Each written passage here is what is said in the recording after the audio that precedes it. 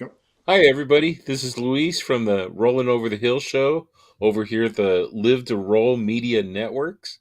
Uh, Today we have a guest named Dean Maccabe. Dean Maccabe is with urology professionals and mobility professionals. He's one of the Triumph ambassadors and all around great guy.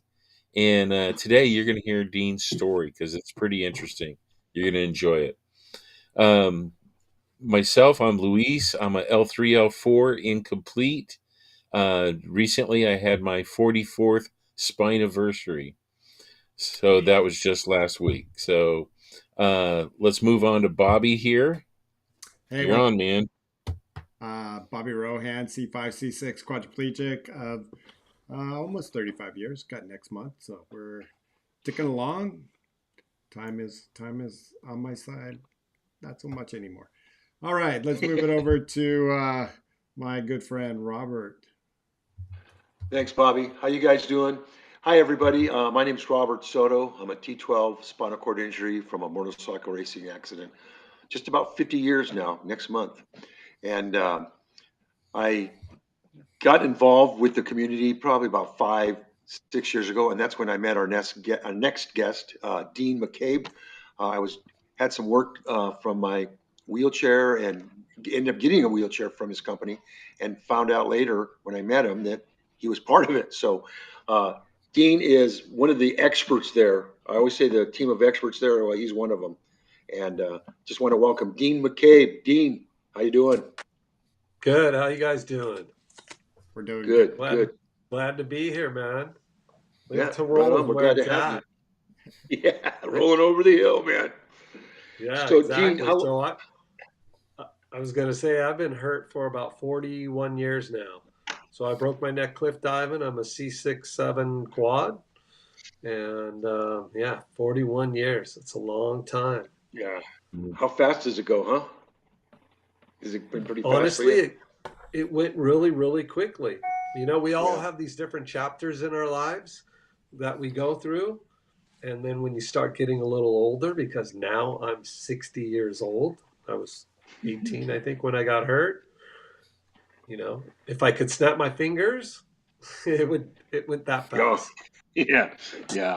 So, tell us a little bit about how your life was pre spinal cord injury. What were you all about in terms of your teens and all that stuff, and your family and stuff like that? You know what? I grew up in Southern California doing the Southern California kid stuff. I surfed and I water skied. I played football and basketball and all kinds of sports. And I got hurt a year after high school. And in high school, I wrestled a little. I played, I did some diving and stuff.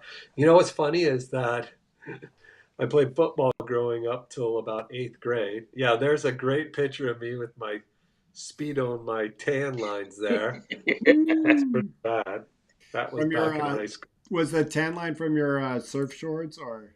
Exactly, you could Okay, yeah, tell. I see it. Yeah, and back in those days, your shorts weren't that long, anyways. No. Yeah, yeah. Not like they are now.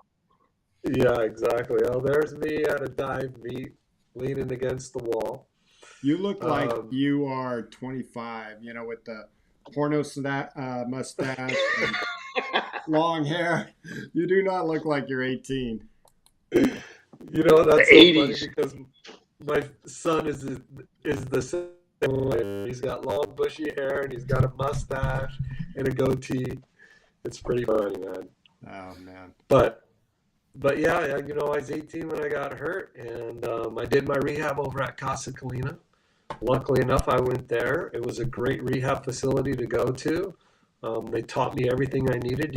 Back in those days, there you go, me with my halo. Oh, jeez, that brings back some memories. Um, but back in those days, the clinician dictated how long you got to stay there, right? The doctor, nurses, that team, they got to tell you how long you got to stay in rehab. And unfortunately, nowadays it's the insurance. But back in those days, I was lucky enough to stay in the hospital for 3.5 months and be taught how to live my life in a chair. And knock on wood, I've never had any major complications, never had any wounds, never had any major issues. So yeah, I contribute that to the great therapist that I dealt with, and just trying to live a pretty good life. How did your accident happen? So I was diving off some cliffs in the ocean, and I did it for years before I ever got hurt. I was this, daredevil kind of guy. I'd do backflips off of chimneys into swimming pools and go to the river and do flips and stuff there. And it was Youth. funny. I did Ah, youth, huh? Yeah, Yeah. exactly. When you're young and dumb, right? But I think that day I did 3 dives. My first dive was a back flip with a half twist or something like that. My next one was a forward 1.5, and then my last dive was I'm just doing a regular swan dive into the water, and I'm gonna swim to shore. And what you need to do is when the wave would come in, you dive into the top of the wave, right? That way it'd be high enough for you. And I timed it wrong, and it was just too shallow. I hit the bottom, and that broke my neck. So that left So me. did when you were diving off the rock and you saw that you miscalculated, I mean, what'd you feel there when you're midair, right? And you kind of Yeah, know it that it's it was one of those oh shit moments, right? yeah, Like, oh yeah. shit, this is probably gonna hurt. And it did. Oh man. And, I went into the water and broke my neck. And honestly, I couldn't even move my arms hardly at that time. I couldn't breathe. The waves were coming in, tossing me around. And luckily enough, my buddies were there that day, and they were just watching me get flipped around. And they figured out something was wrong. And my girlfriend was there with me, the girl who's my wife now. She stayed with me all these years, but luckily enough, those guys pulled me out of the water and got me to shore, and the rest is history. Wow. And you weren't in the States, if I remember correctly, right? No, I was here. I was here down in Oh, Orange County. Down or in oh, that you know who I'm thinking of? Was that Troy? Troy was out of might it. have been Troy. Yeah, maybe. Okay. I knew one of Yeah. you guys. Dean, Hey, Dean, if you want to tap your iPad or move it just a little bit, you're getting a little A little feedback. staticky. Yeah, on your when you're talking. So just kind Okay. of just it might have been vibrating on something. So try Any that. now? It's still doing it a little. Better? I hear it Sorry, better. man. Yeah, it's better.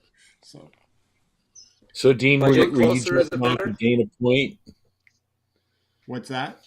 No, I don't want. I really don't want to say where I was at because I don't want No people going worries. there and diving. You know. But it Yeah, was in Orange County, off the coast, big arch of yeah. rock out there. And when I got hurt, I went to Hoag Hospital initially, and then that's when they Mhm. transferred me to Casa Colina. Yeah, good times. And I stayed there in traction for a couple of weeks and then transferred to Casa Colina. Yeah. Now, before you got hurt that day, did you have any familiarity with spinal cord injuries? Did you know anybody else or um, You know, any awareness of it? I didn't know anybody who had a spinal cord injury except for one person. And that one person was a neighbor who lived around the corner, and I'd see him every once in a while. He had a cool hot rod. It was a Ford Fairlane hot rod, and he used to get his wheelchair in and out. And I was a box. Oh, I forgot. I was a box boy at Lucky's too, and there was a guy who used to come in there with a road runner, and I was all into cars and stuff back then too. And so I knew those two guys, and I was a mechanic, and I worked in a garage where we had this couple that had MS, and they had hand controls in their car. So I worked on their car with hand controls. So that's where I really learned how to work or Yeah. drive a car with hand controls. But I had no idea what it was all about, none whatsoever. Yeah. Yeah. So okay, let's go. Let's fast forward a little bit. So you went through your recovery and you're home now. I know a little bit about it, but it wasn't an easy start for me as for a SCI at the beginning, huh? Yeah, not at all. I remember once I went home, I was doing nothing. I was just laying around. I had a lot of nerve pain back then, And back when I did my rehab at Casa Colina, they didn't give you pain medicine. So I went from Hoag Hospital, where they were giving me all kinds of pain medicine for my nerve pain, to going to Casa Colina, where they gave me Tylenol. Because back then they didn't want to give you pain meds, because everybody coming out of Rancho Los Amigos was addicted to pain meds. So I just had to bear it, you know. And when I went home, the way I dealt with it was I just started drinking. You know, I drank every single day. Just my best friends were Mr. Cuervo, Mr. Seagrams, you know, and Jose. in Jose, yeah, exactly. And I did that just about every single day, and I wasn't doing anything with my life. I was hanging out with some old friends that were not going anywhere either. And luckily enough, my girlfriend told me, hey, you know, this was a couple years later. Look, you got to get off this track. You got to do something with your life. So sort of straightened up and went back to school and did a few years of college, and then had a great idea to move out with my girlfriend, which was an eye-opener, because when I got hurt, I went back to my parents' house. And when I went back to my parents' house, they did everything for me. They did all my cooking, all my cleaning, all my laundry, everything. And then when I moved out with my girlfriend, it was like tough love, man. My girlfriend told me, look, you want to eat, figure out how to cook. You want clean clothes, you better learn how to get the clothes into the laundry room, you know. And since you're not working and only going to school, you better clean the house before I get home. So And you said the honeydews. And you said it before. Lisa and you were dating before your accident. How long were you guys dating for? So my wife Lisa now, she and I were dating for a year. I was a senior and she was a junior. And yeah, she stuck with me, man. To this day, I still have no idea why she's with me. Might be because of the parking spots at the mall she gets with me, but I don't know. Or the good laundry job that you do. I don't do laundry anymore, man. She decided to keep you after all. Oh. But yeah. It's your boyish good looks and charm. I think we lost him. You know, sorry, I'm freezing here. Everybody's freezing. Yeah. I think more on you a little bit. It might be me. Hopefully, you guys can hear me now. Yeah. Okay. So I was just saying, I was very fortunate to have somebody like my wife stay with me, you know. So we've been together for 42, a little over 42 years. Oh, congratulations. It took a while though before you guys got married, right? If I met you, you guys were still dating, and then it seemed like, you know, and every year when we got back together with rugby season, I'm like, are you married yet? No. I'm like, what is taking so long?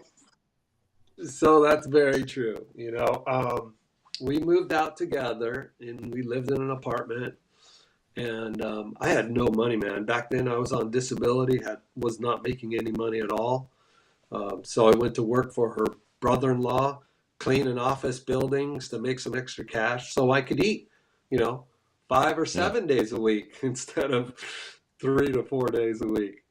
And after that, you know, I started doing some therapy, and I ended up working for a place doing marketing for this rehab facility, an outpatient rehab facility. And during this whole time, we were living together, and I started playing wheelchair sports, and I started traveling nationally, and then later on started traveling internationally. And at that same time, she was traveling back and forth to New York for work.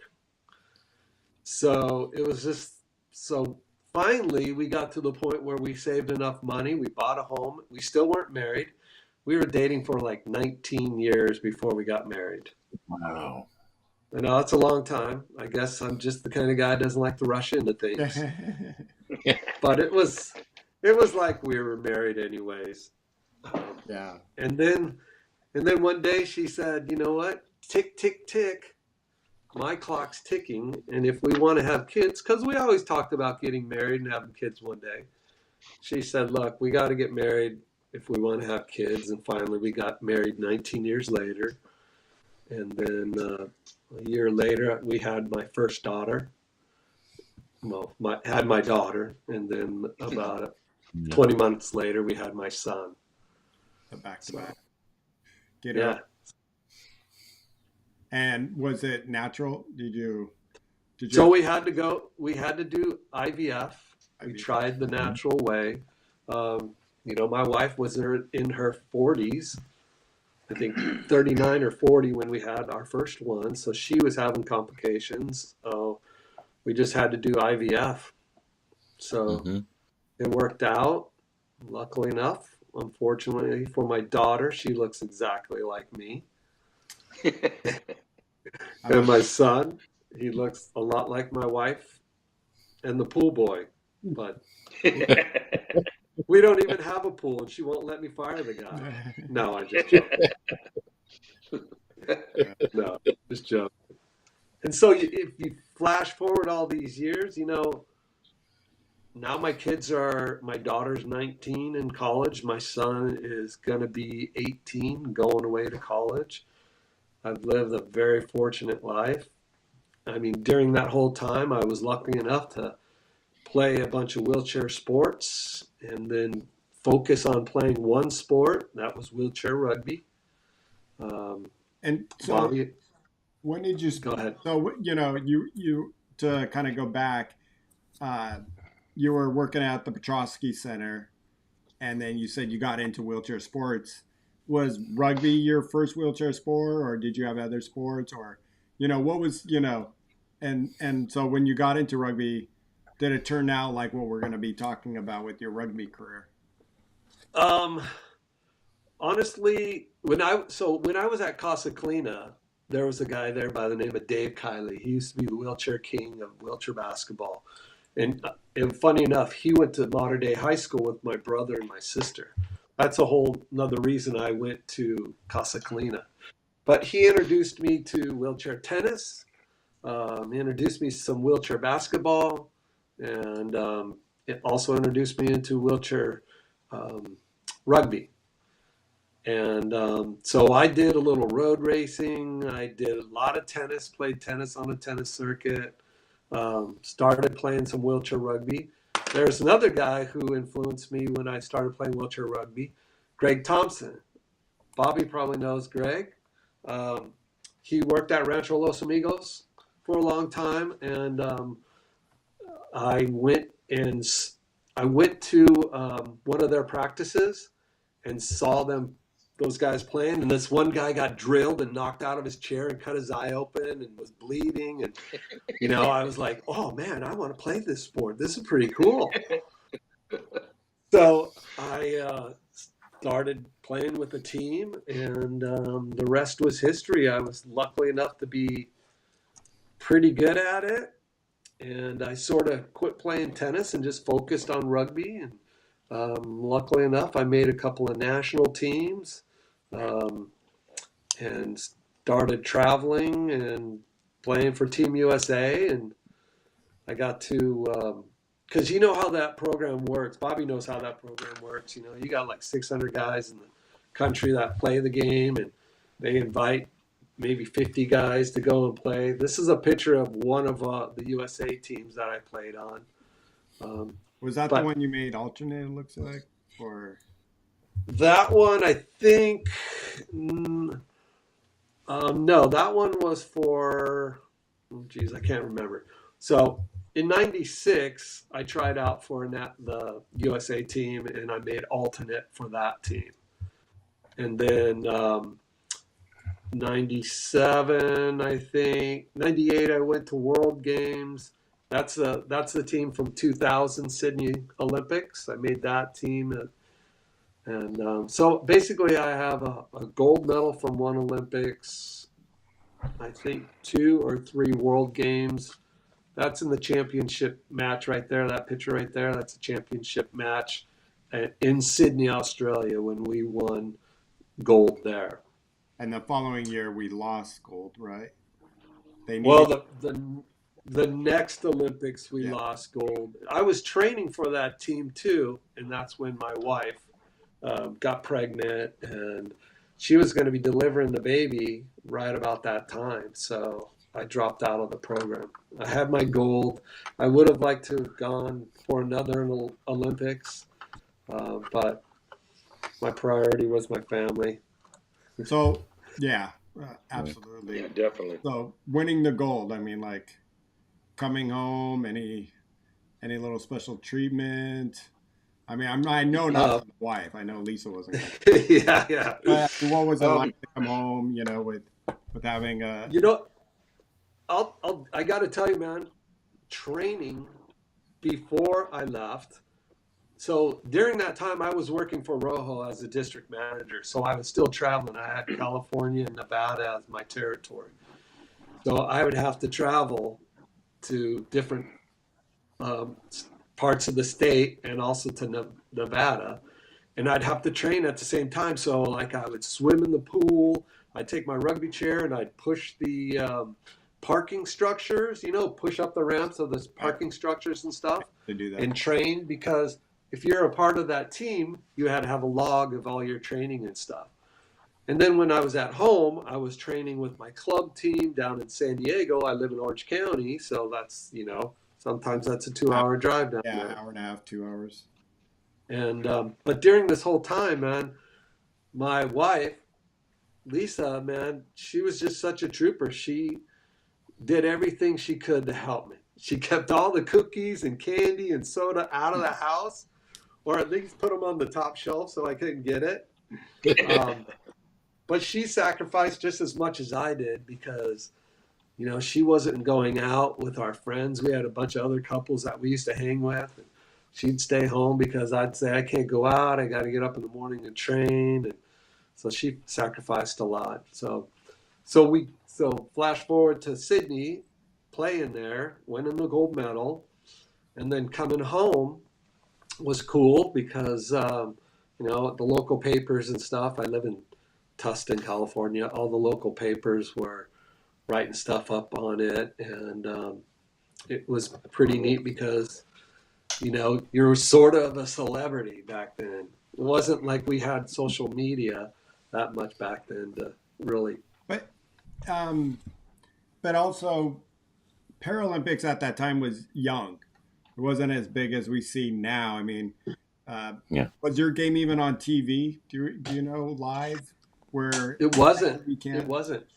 It was broadcast live throughout Australia and New Zealand, but it wasn't here. And there's such a big time difference. But it was streamed. You had to go on your computer, and you had to look at it late at night. It wasn't the best picture or anything. Yeah. But Which is not. I'm sure it's nice now to see the now we get to see a lot more live stuff and even re-air stuff because of time zones. But we get to see a lot more of that 2 weeks of the Paralympics. it's cool now because it's so mainstream, right? Yeah, And yeah, rugby is definitely. such an amazing sport because of the hits and stuff in it. People really like to watch it. Now we've got guys that are. The game's changed a little since I've been in there. There's a lot more amputees and stuff that play the game. A little. Yeah, there's a lot more amputees, a lot more disabilities, different disabilities and stuff. And that's neat because a lot of those guys might not be playing any sports unless they're able to get into Yeah, rugby. yeah, Uh, yeah. What It, did you think about the movie Murder Ball? What So was? the fun fact there is I was in that movie. If you There you go. don't blink, you might see me. Yeah. They, the people that filmed that followed us to New Zealand for a competition there and also to Sweden for a competition. And I was part of that program, and that was like leading up to 2004 Olympics. And then since I dropped out, I think I dropped out in 2003, 2002, somewhere around there. I guess my best stuff's on the cutting room floor. There's a couple shots of me in there, but that's about it. And that's a cool movie. It exposed a lot of stuff, showed a lot of cool things that we were doing. So you think it propelled the sport in wheelchair uh, with that movie? It definitely exposed the sport more, Okay. you know, Okay. in a positive or negative way. Doesn't matter, Any what do they say? Any publicity is good Yeah, it's publicity. good I publicity. That's think Yeah. right. Yeah. I think, I but it think also it sort of I what's think that, it Bobby? also helped have that number one viewership at the Olympics because of that movie. Um, you Yeah, know, that helped.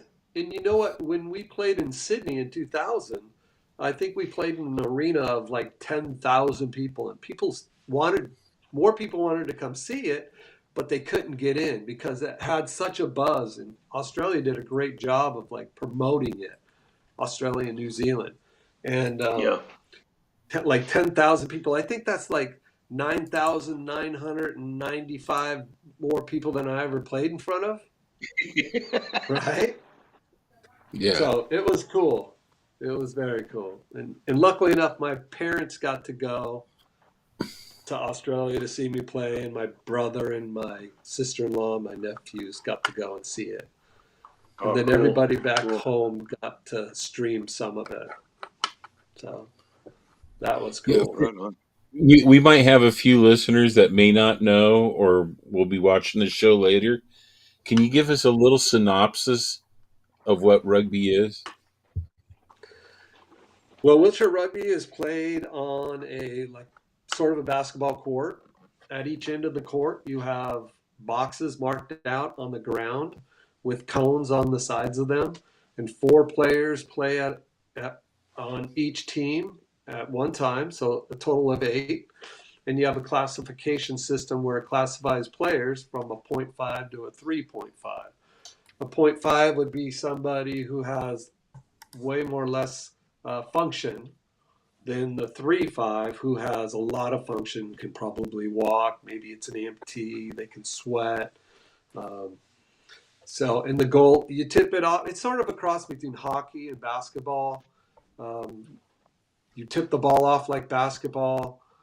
You have to get the ball over half court into the other court. You have like a shot clock you have to score within a certain time. And it's full on contact. It's you can just knock the snot out of somebody if you want. Yeah. That's the fun part of it. Yeah. Now, classification, isn't it 3 limbs affected to be eligible? Or is that Um, still true? I don't know if it's just that. I think it's more of you have classifiers that will classify each individual based on their functioning level. So, like, obviously, you, Luis, you're a para. You have a lot of function. You wouldn't be able to play. Same with you, Robert. Bobby and I are the only ones. Sorry, is that me? yeah, I think I so. think that might be you. We're, and Sorry then about that, also I guys. got that we're just buffering a lot for some reason, but you can keep going. So hopefully that answers your question. Well, really, So Yep. Yep. it comes down to for rugby. It comes down to, I mean, you can have finger function and a lot of upper body, but but Hmm. still just the little bit of finger function starts to get you into that category. Kind of Yeah. like basketball, where do you remember Jimbo Miller, Dean? oh yeah, Wasn't he missing just a toe or something like that? A couple toes? part of it. Yeah, part Yeah, of his foot. Yeah, or part of his foot, and that yeah, qualified him for basketball. But he can't play. I mean, he probably could have played, at the 24-hour fitness center league, basketball game. But, to get into that, up in that, top end of basketball, he probably wouldn't have been able to do that Yeah. with yeah. missing half of his foot. That's In what every basketball, wheelchair. I was Go just ahead. going to say, in basketball, they used to accuse me of, seriously accuse me being a faker and a cheater. that I was actually able-bodied. And I said, go talk to Rancho. Yeah, and that's why every wheelchair sport has classifications. You Yeah. have classifiers that classify your functioning level, and that's in every sport. And Yes. it's a good thing. It's a real Yes. good thing because it puts everybody sort of on some type of level playing field. Exactly. And Bobby, you just showed that picture of me at the White House with Clinton. Yeah.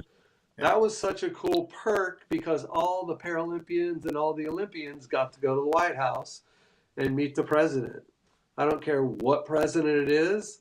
I mean, Mm-hmm. just having the honor of going to the White House and meeting them, it's pretty cool. And for me, well, that's another picture I'll tell you about in a minute. But for me, my dad served in World War II in Korea as a fighter pilot. And I got hurt before I could enlist into the Army. I was thinking maybe that was my road to success when I was young.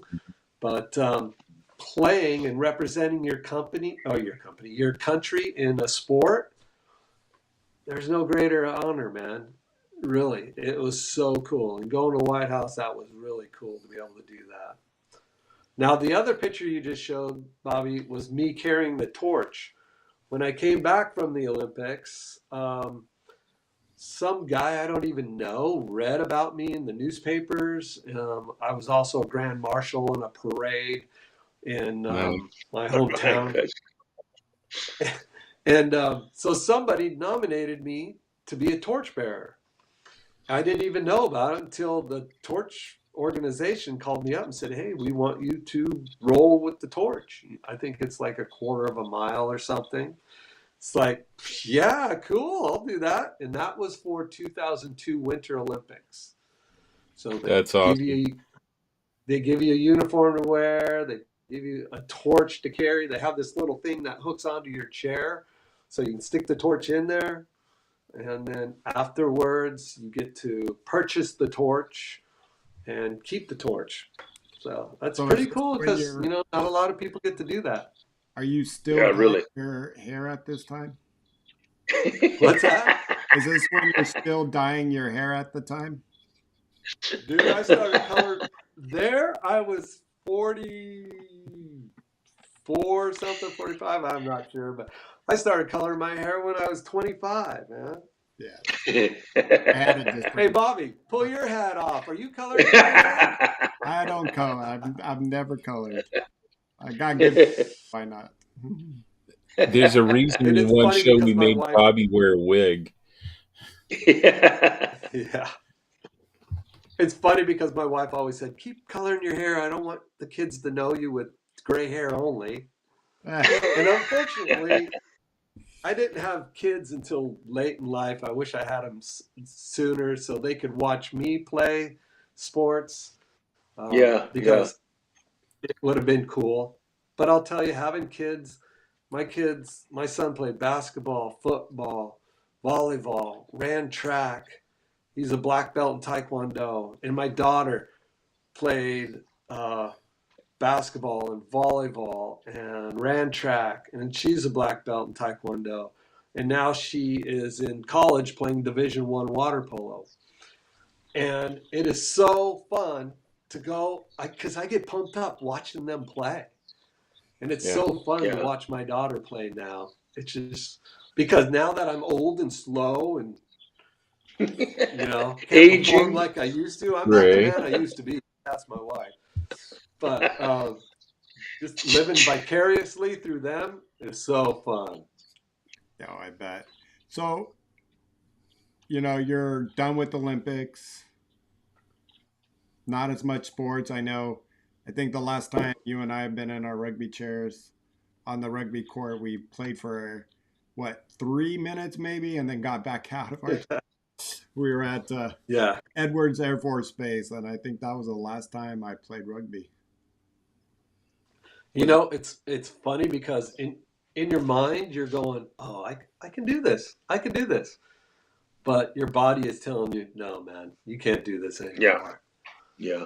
Yeah. But what I enjoy, I was just going to say, what I enjoy is trying to find new guys and new girls that want to experience it, because playing wheelchair rugby changed my life, and it changed it for the best. Yeah. It made me feel like I had some self-worth. It made me feel appreciated. And it gave you confidence. It built that drive.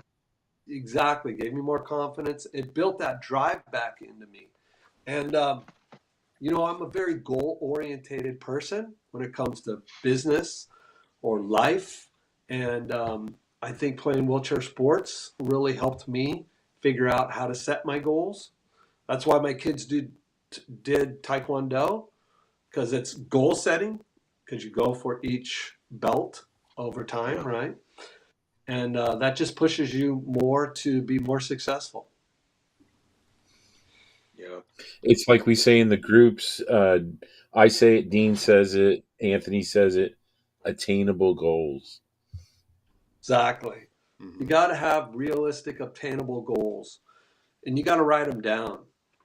And if you do that, you'll be successful in life.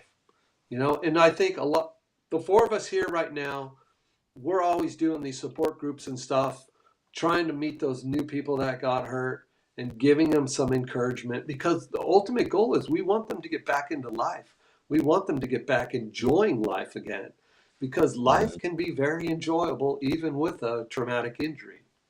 Yeah, it's frustrating when you hear about anybody who, you know, kind of like when you said early on, you had a rough time. It was hard to figure things out. And, you know, you kind of wasted a few years. And we've heard those from so many people of 2 years, 5 years, 10 years of just, you know, wasting away because they think there's nothing really out there for them.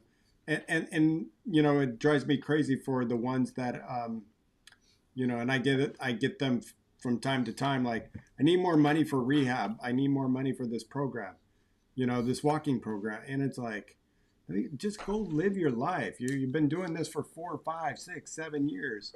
You know, there's life out there. There's, you know, get it, you know, go out and see if you can find a job or explore the world instead of worrying about, you know, making it to these perfect steps. And nothing against perfect steps. Sorry, buddy. You know, that's good for those guys for the you know, awesome program to stay in shape, and, you know, and especially your first 2 years, but and learning new things. But staying in shape is important. That's what they're great for. But some guys make it a career for that, and that's where it becomes frustrating. Yeah, and that's true. You know, you definitely want to go and enjoy life. Everybody has their own timeline of accepting your injury, right? But you still want to go out and enjoy life, because life is so precious, man. I've had several family members pass away at a young age, and I had a sister pass away at 58 years old, and I told my wife then and there, look, we're going to enjoy life more. We're going to try and go on more vacations. I'm going to go buy the car that I want to play with. We're going to enjoy life, right? I'm going to work hard and save for the future and take care of the family, but we're going to enjoy life. Oh, that's my hot rod now. That's my 1970 Chevelle Super Sport. 70. That's and that's it, parked in my garage. All right, nice give us the specs on that bad boy. It's a 1970 with a big block 454 with a turbo 400 with the shift kit and a 12-volt posi rear end in it. And you can see I do a lot of the work myself. I have an 18-year-old son that helps me do stuff. I got a great neighbor around the corner that helps me do stuff to it. And I'll tell you, that's my second one. Oh, yeah, there's me laying on the floor working on it. And take precautions if you're going to get out of your chair. I have a yoga mat. I throw it down on the ground so I don't get a wound working on it. But I'll tell you, when I first got hurt, and I'm sitting on my row right there. When I first got hurt, I had a '70 Chevelle, and that car helped Oh, me get through some of the tough times because I was able to work on it and have fun with it, and it brought me a lot of joy when during that time of my life I didn't have much. So, did Yeah. you have it but yeah, that before your injury? that car, no, I didn't have that. That car I've only had for a couple years, but the No, no, one no. I mean the before, 70 Chevelle you had earlier. no, that When was my very first car I bought after I got hurt.